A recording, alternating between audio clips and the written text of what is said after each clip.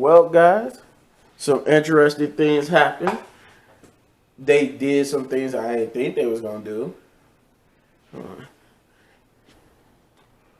What is that like?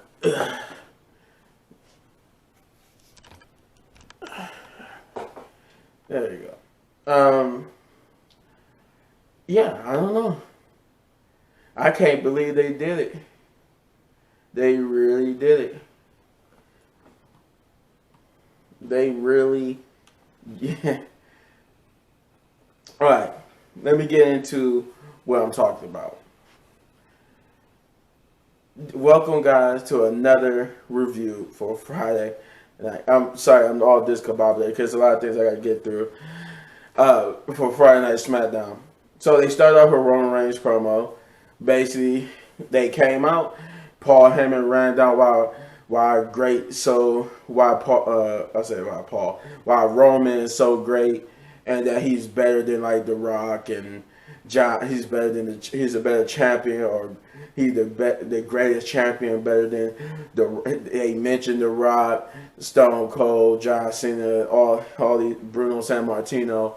They mentioned all these people, and then they talked about the unification match, and basically that it was Roman wanted he wanted those titles, and he said that hey, bring me those titles, or basically they said, hold on, I have to adjust it just a little bit.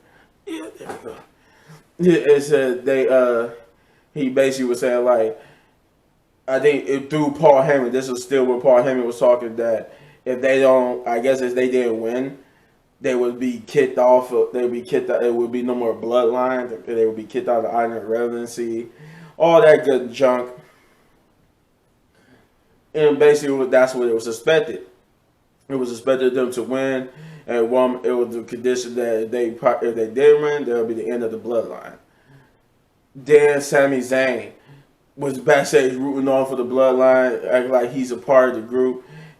So I guess we got Xavier on Raw acting like he's a part of wherever, MVP and Omos is calling themselves. On SmackDown, they got Sami Zayn doing the same thing with him thinking he's a part of the bloodline. And that led into their first match, which was Shinsuke Nakamura versus Sami Zayn, which was an okay way to start off the show. Obviously, they was having a big moment for the main event, but this was not a bad way to start off the show because this was a good match. It got a decent little time on it, but Shinsuke Nakamura would come out with the victory at the end.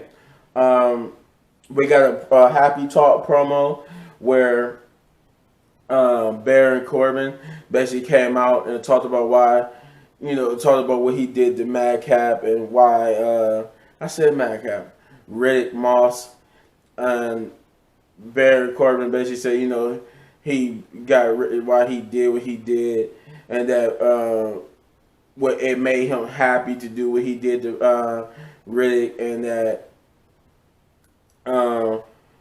that he was Riddick Moss is basically nothing. He destroyed Baron Corbin's trophy, and pretty much that's how that segment ended. Then we got a match between Drew Gulak and Gunther, which was just a squash match with the fact that it was Drew Gulak, but still pretty much a squash match for Gunther. Because Drew Gulak did get some offense in, to his credit, but Gunther would pretty much dominate the majority of the match and hit him with the powerbomb for the finish. We got finally the rumored of what LA Knight and his new faction of model figure people, whatever he called them. He thought he'd be like a model agent / wrestler, promoter, manager, and he basically went to Adam Pearce to introduce himself. And LA Knight is no longer going to be called LA Knight. That's the big thing about this, is that now LA Knight will be officially called Max Dupree, as he liked to say it, is Max Dupree, but he said you gotta say Max Dupree. I'm like, well, why do we gotta say it like that? But okay, his new name is Max Dupree. and he basically introduced himself and telling him what he was ready to get to work on finding the next superstars who could not only be on the runway at the high events of the fashion weeks, but also main event WrestleMania.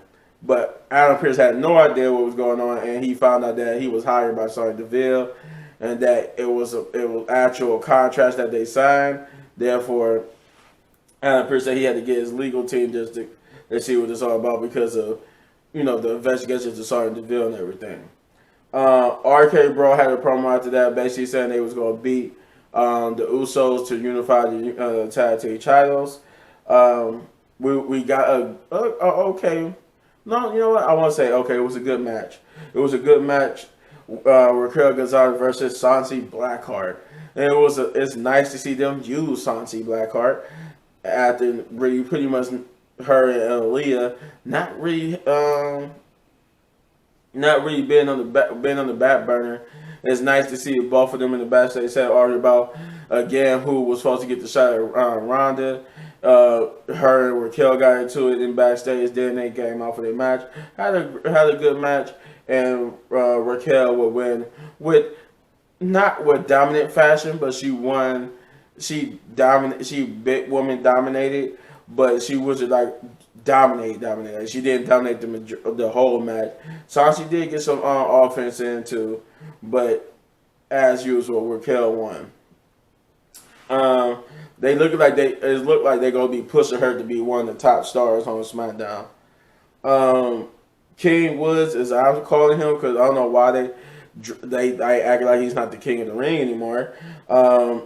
King Woods versus Butch was next after basically the King Woods set up by challenging Butch to a one-on-one without Sheamus and Ridge Holland at ringside.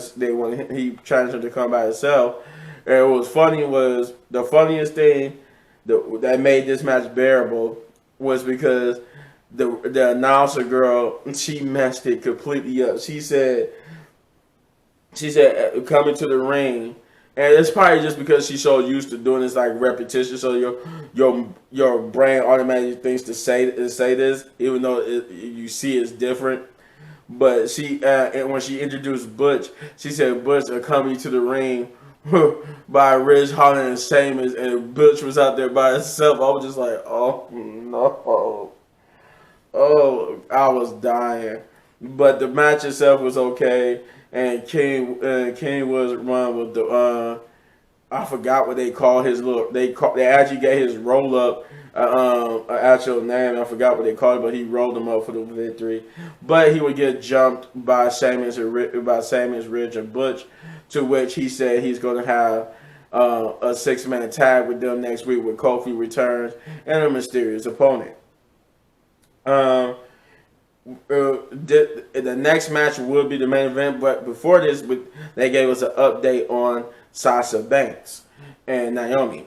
And one of the things I still don't like that they publicly are bashing Naomi and Sasha for what they did. Like they got Michael Cole because Pat didn't say anything.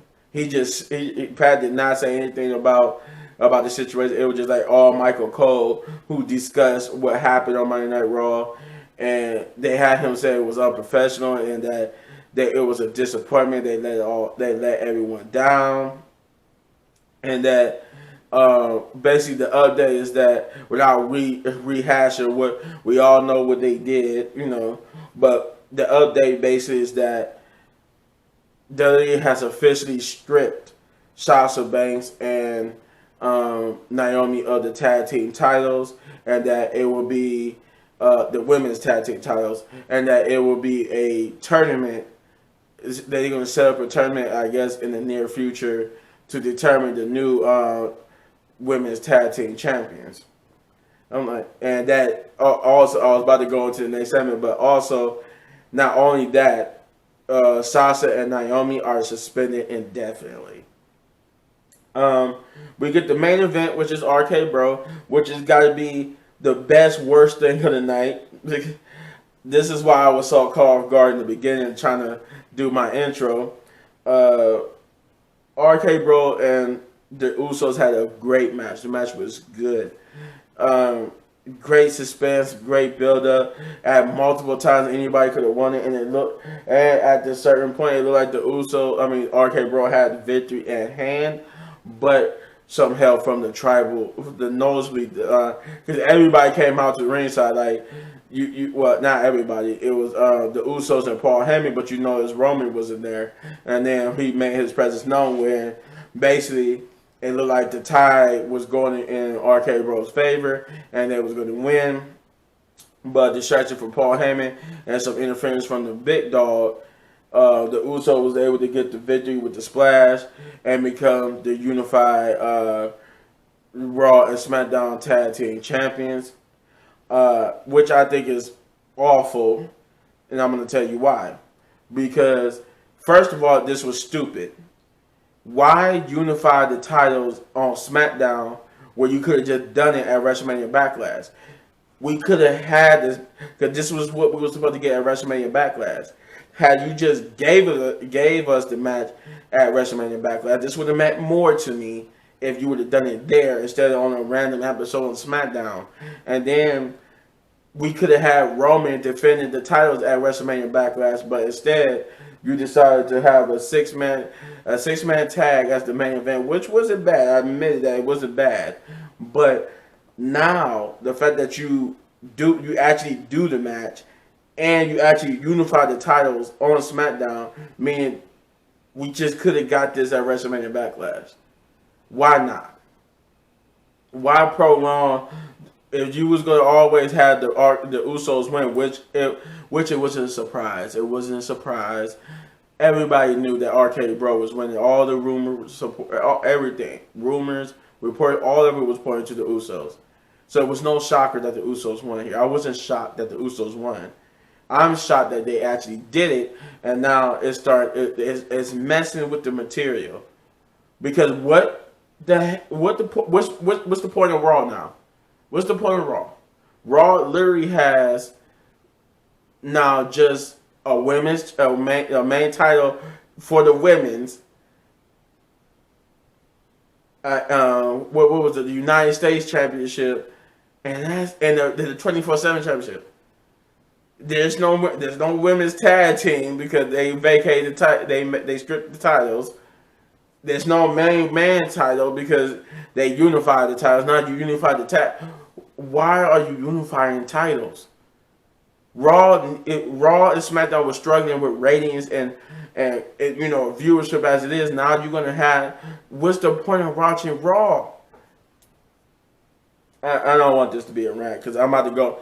If I continue, I'm gonna be in a rant for the next day about why Raw is stupid. I don't like it. I did not like this match at all. So with that being said, I would give this episode of SmackDown a 5 out of 10 big ups because this was stupid. They should have never unified the titles. This would have been the only time I would have been okay with the interference that caused a disqualification. Therefore, the titles would never get unified. But now that you unify the titles, it is big stupid. Big stupid. But you let me know in the comments down below what you thought of this episode of SmackDown. Maybe you liked it more than I did. But if you enjoy my review, you hit this button right there in the upper right corner for all of my WWE reviews. And if you enjoy my reviews so much you want to support the channel, all you gotta do is hit that like, subscribe, share, hit that notification button, do all those great things because your support, your feedback helps me do this even better. And as always, hitting one of these videos for more of my amazing content, but don't go anywhere. Got gameplay. I did have some reactions, but they got copyright claim. And yeah, so stay tuned.